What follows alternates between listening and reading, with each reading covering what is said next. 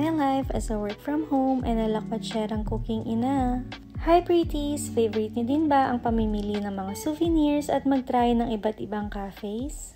For today's vlog, maglalakad-lakad nga tayo dito sa White Beach at pupuntahan natin yung mga souvenir shops. Wala na kaming nakaschedule na gagawin ngayon kundi magpunta lang dito sa Cafe Marco, itry yung mga drinks nila and mag-chill. At total, andito na din naman tayo. Ito yung kanilang mga foods and i-pause nyo na lang for the prices. Sobrang daming ang pagpipilian ditong foods and drinks. Ang ganda din ng ambience at kanilang mga decors.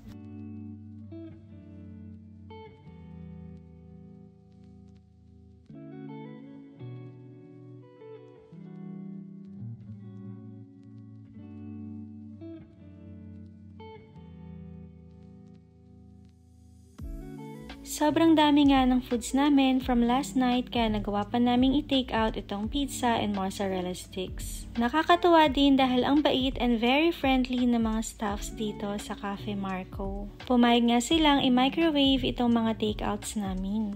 While waiting for our orders, nagtsikahan muna kami dito at kumain ng pizza and mozzarella sticks.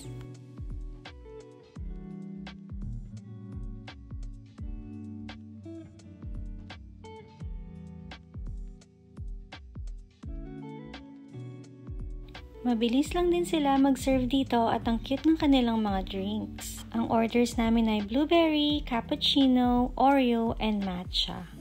Medyo maaga pa nga for lunch at ito naman yung aming late breakfast. At syempre, hindi mawawala ang ating tikiman time.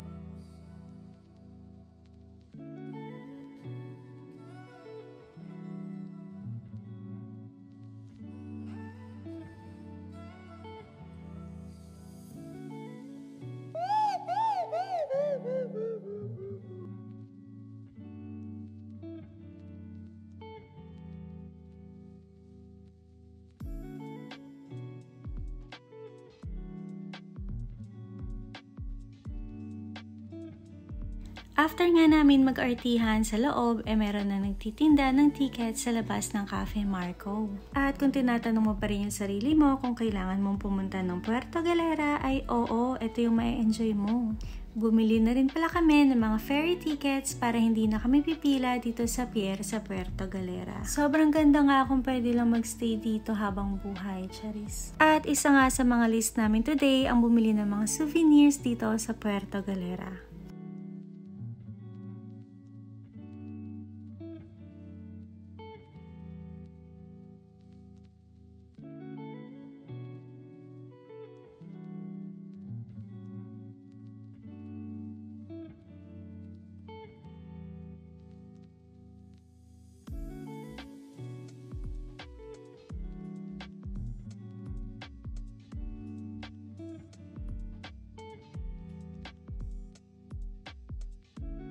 Sobrang ganda at hindi nakakasawa kaso kailangan na natin umuwi dahil sobrang nag-enjoy na tayo dito. Charis. Next vlog ay about sa Roro pauwi. Ayun lang muna. Bye!